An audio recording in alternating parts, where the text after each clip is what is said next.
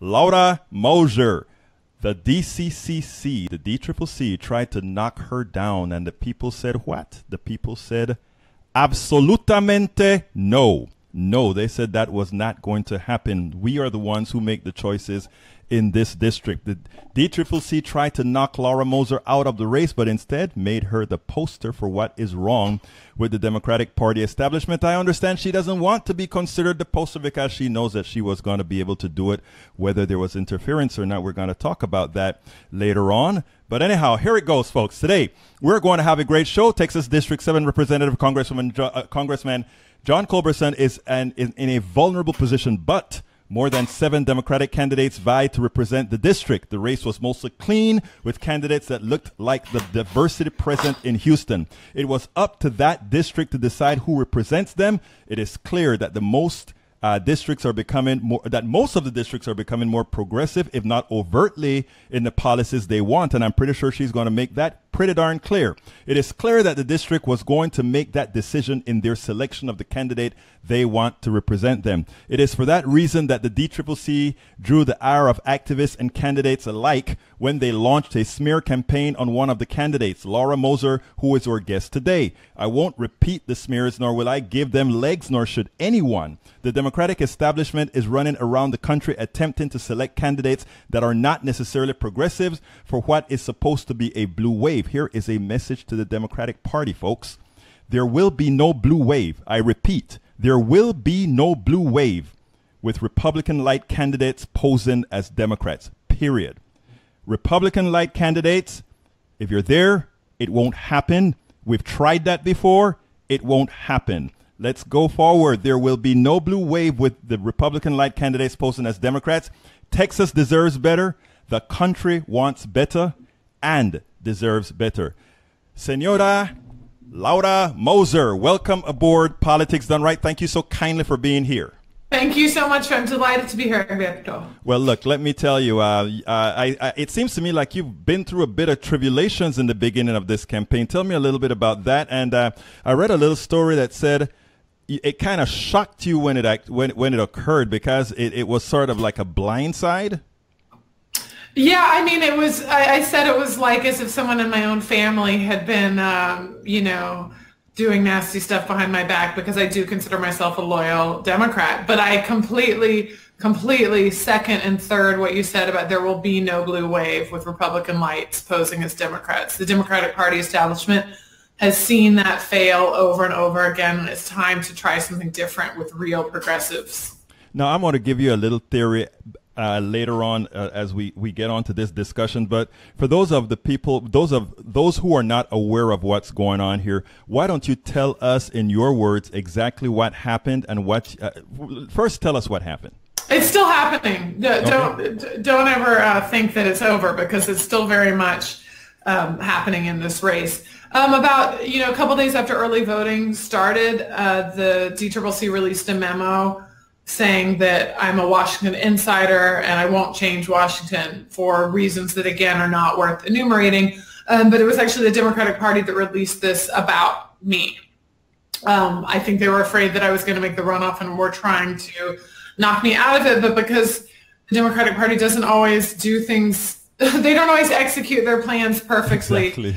It ended up, getting me more attention in a time when we were all trying to get our names out there. And, I had seen the same polling. I believe I was going to make the runoff anyway, but it certainly provided me with a fundraising boost. And a lot of people rallied to my defense, because it was not a, productive, positive thing for them to do.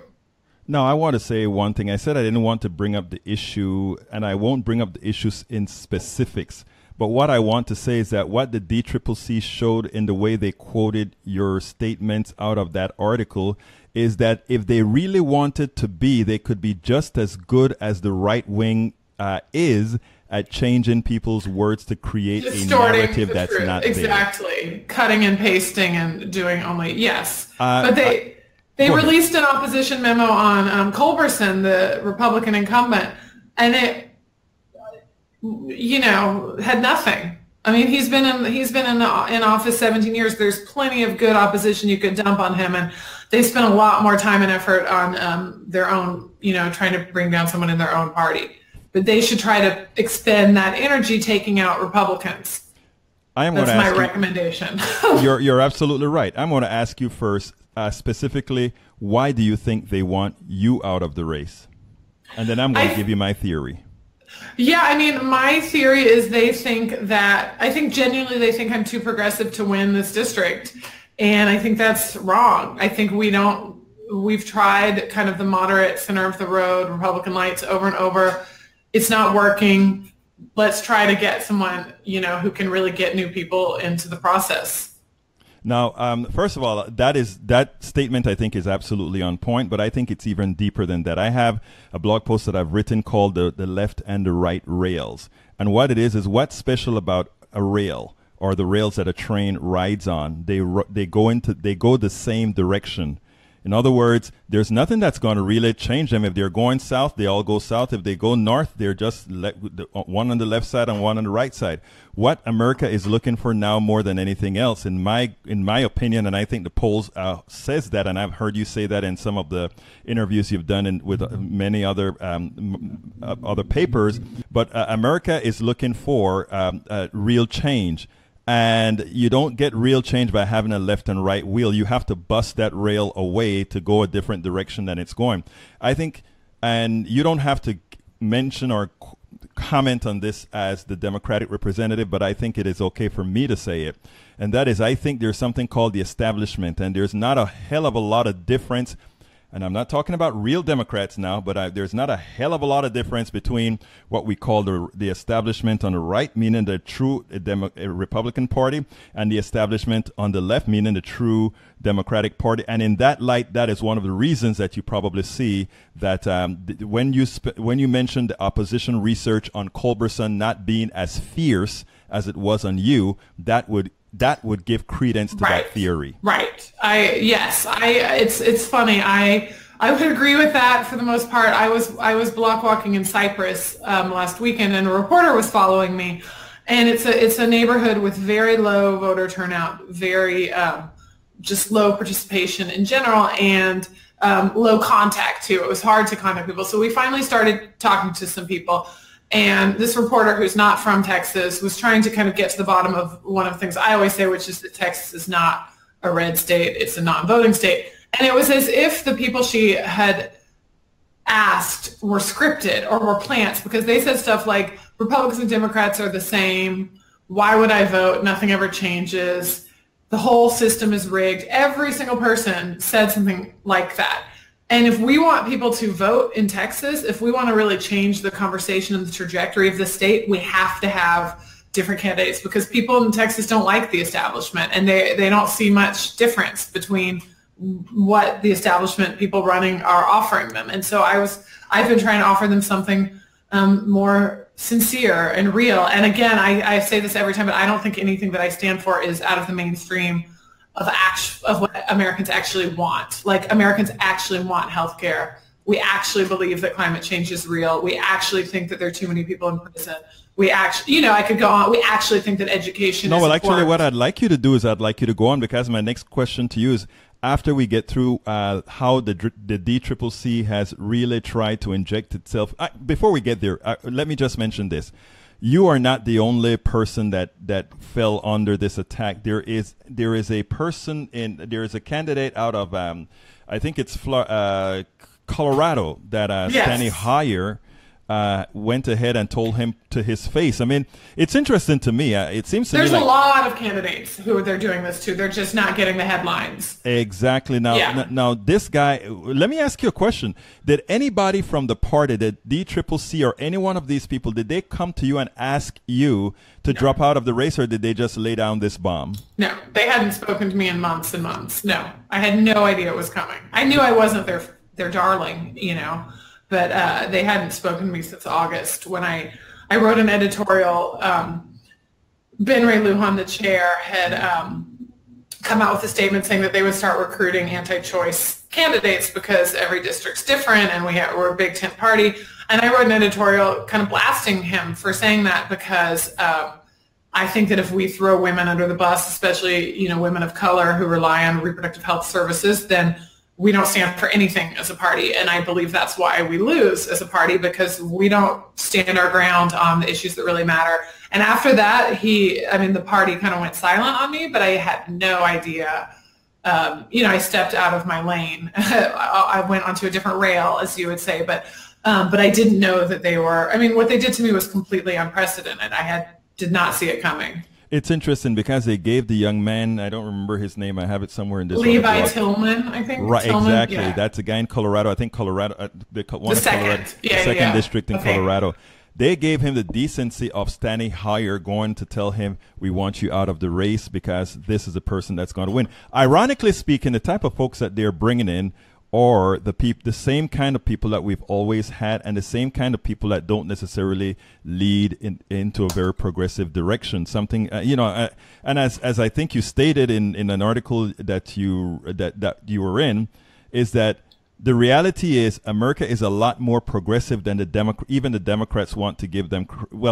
Even the Democratic leadership wants to give them leader. Our platform is pretty darn progressive if you read the platform. Right, but we don't. Right. We don't elect candidates who will fight for what's in that. Exactly. Right. Exactly. We elect the people who can write the biggest checks. Exactly. Yeah. But, you wonder deeper than that if whether it is one of the reasons we're doing that is because we really don't want to be all that progressive. The leadership really doesn't want to be all that progressive in as much. But there's one good thing that came out of this, and that is the leader of the party so far has taken your side. Pettis. Yeah. I haven't gotten any calls from him. Yeah. Well, in the newspapers and in all the articles, he's told that the DSCC, the DCCC should step back. Right. Now, yes. whether that is just for whether that's just a facade, we'll never really know, right? Yeah, I've had some members of Congress reach out to me and say that was wrong. We're going to try to help you. So it hasn't been all bad. And I think a lot of people, even who don't even know anything about me or my policies, thought that it was just that if I do win, and I do plan to win because I'm the one with grassroots enthusiasm, that it's going to make it harder for me. What they did will make it harder for me in the general, because now the Republicans would say, look, even her own party doesn't like her. When I can certainly use that to my advantage, but it's just they didn't think it out very well. It is amazing because that is one of the first things that I saw within, when they did the quotation, that quotation, if and when you win the primary, the quote directly off the website of the DCCC is going to be all over in ads, which is one of the reasons I think you have to neutralize that before those ads come out. Right. So that is what I found kind of interesting. But second, let's move to this direction. Are you a Washington insider? Did you just move back to Texas because you wanted to run, or you're? I don't think I'm a Washington insider, but I think it's good that I've lived there and that I've made change there. I actually think that's an advantage. Tell me why it's an advantage. Well, because my activism app, Daily Action, brought 300,000 people into the process, and I actually know how Congress works. I actually know how you can pressure members of Congress to not vote for certain things or not put their names on certain bad bills. And I think that's an advantage because I'm a fifth generation Houstonian, have spent, my family's here, I grew up here, have spent many years here. So I kind of bring something from both places, which I think is people in Houston need someone with a bully pulpit. We need someone who can go in there swinging. We have a lot of unmet needs in this city. Going back to the issues, I think where we're about to get to is what it is that you stand for. So tell us, first of all, as far as single-payer healthcare, which is one of the most, we believe the race in many of our districts are going to change on healthcare. Why don't you tell us what you think about that and what you support? I'm a strong supporter and have been from day one of a single-payer healthcare system. I think it's, healthcare is a human right, and Obamacare did not go far enough, and so we need to start immediately with some sort of, Medicare for all. anyone. Yeah, Medicare for all, Medicare for anyone. Let people buy into Medicare starting, tomorrow, and make as the path and sort of the on-ramp to single payer, make private insurance companies compete. They're not. It's not. They have a monopoly on too many of our healthcare markets. So I'm for that transition immediately. And I want to let Americans know something, and this is going to sound like blasphemy, but it is important that they understand, and why it is important that they fight for it. The votes were there for a public option initially for healthcare reform when it was going on in 2009. All right? It wasn't when Republicans tell you that they are not the ones who killed the public option, they're not lying to you. So no, Democrats killed it. Hey, go ahead, Laura. Yeah, no, Democrats killed it. Like Joe Lieberman killed it. Obama wasn't convinced it could pass either. We always kind of quash our biggest, most ambitious projects out of the gate. And if there had been a public option in Obamacare, I think we didn't realize it at the time, Obamacare would be impregnable. It would be the transformative bill that we had hoped it would be. And I think what Democrats thought was like, oh, you do one thing and then you get Medicare for all, then you lower the Medicare, once we started along that path, we didn't think that the Republican resistance would be what it was. And so now we're with this really broken bill. It's still great. I mean, it's still doing, more than than not having it. Than not having it. But I think 4 million fewer people have health care this year than last, something like that. It's the first time that the numbers have gone down since the ACA was implemented. That's really bad, So we need to go aggressively in the other direction. Well, one hopes that if you are the elected person for that candidate, that you'd remind folks that that this was actually caused by a sabotage on the process. Self-sabotage, yeah. Exactly.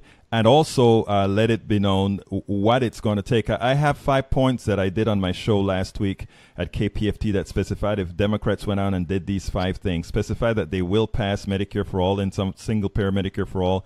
Also, student loans for not necessarily forgiveness, but student loan relief that they were going to provide. Are you for some sort of student loan relief? Yeah, I mean, my husband still has 6 figures of student loan debt, and he's 42, and he is not alone. You shouldn't have to be paying for your education for the rest of your life. I think we need to do what we can in the federal government to control the cost of higher education, and no one should be making money the way they are off kids trying to get an education. What about support for parents who want to work? For parents what is that? That means for parents who have children who otherwise a child care would become a mortgage. Oh, yeah, absolutely. I mean, I always talk about also the importance of having more mothers at the table. Like childcare, we should have affordable childcare. I'm for free universal pre-K starting at age 3. Washington, D.C. has that, so you get 2 free years of public education before kindergarten age, and that's so freeing for parents. And it has to be more than just Head Start. It has to be available to everyone. Now, what do you intend to do about the prison industrial complex?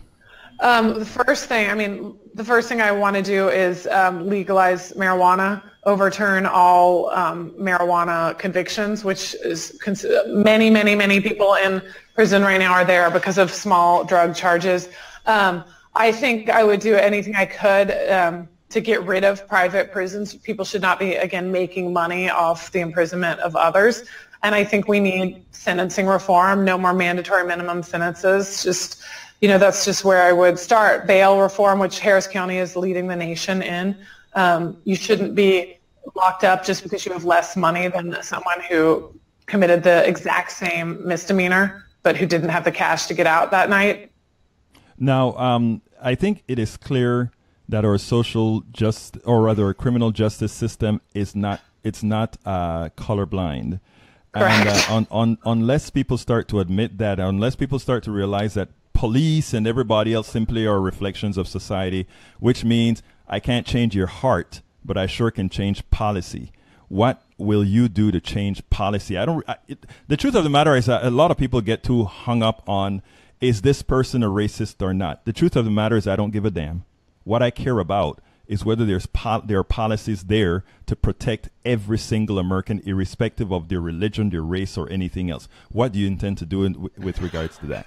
Well, one thing I think more training for police officers, more funding and training for some of the stuff that Obama tried to do to de-escalation stuff is, and just more education. Because, I mean, I was talking about marijuana. Marijuana is essentially legal for white people in this country, but that's where I would start. Grand jury. I think grand juries for police shootings should no longer. I think the American public has a right to see what's happening in these deliberations that so often end in no charges.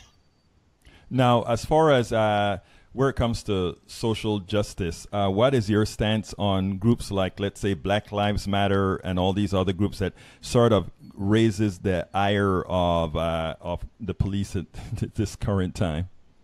I think they're amazing, and they have my full support, and I'm so glad. Like, I am a privileged white person who didn't know the full extent of some of the stuff that was happening until groups like Black Lives Matter brought it to the public's attention and made it an ongoing national conversation. So I'm all in. Now, going back to the DSCC, not DSCC, but the DCCC, what would you like to tell them? What would you like to tell them as far as within your election and all the other elections across the country? Let the locals run their races. That simple. Yeah. Now, you don't know our district. You don't know everyone's district. There's 435 districts in the country. Let the people decide.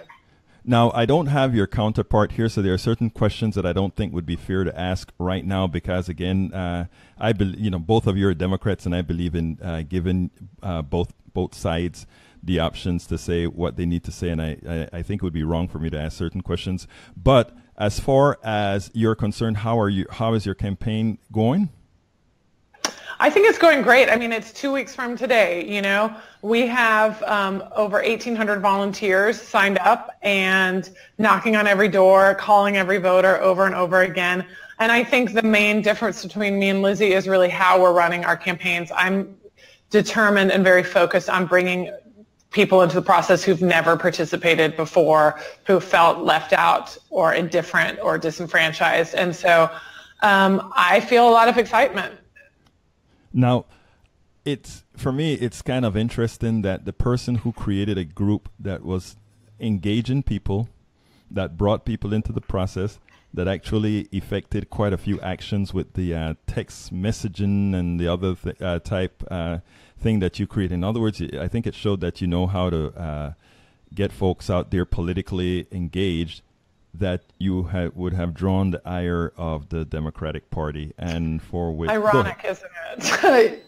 Yeah, go ahead. No, I mean that's exactly right. I think I'm the type of candidate that I should be encouraged, because the key to a blue wave and to a blue America is getting people to show up. It's a cliche to say that the people who elected Donald Trump are the ones who stayed home, but it's true. And again, I think that all the things I stand for, the policies I'm fighting for, enjoy widespread mainstream Texan support. They're not radical San Francisco issues. And the only way we can actually start electing candidates is to get people who are able to attract a grassroots following. I would like to end it there, but when you said San Francisco issues, those sort of stuff drive me crazy, because me too. I've spoken to somebody from San Francisco. They're not very different than somebody from Texas. Correct. I agree. They're not very different. They all want the same things, and the stereotype that people like to paste on folks just doesn't work or shouldn't work any longer. I agree. Before I let you go, let me see if there's any specific question here on the internet. And folks, you have to. We have 2 more minutes that we can have with her. We promised her, or she promised us 30 minutes. It's 646-716-5812.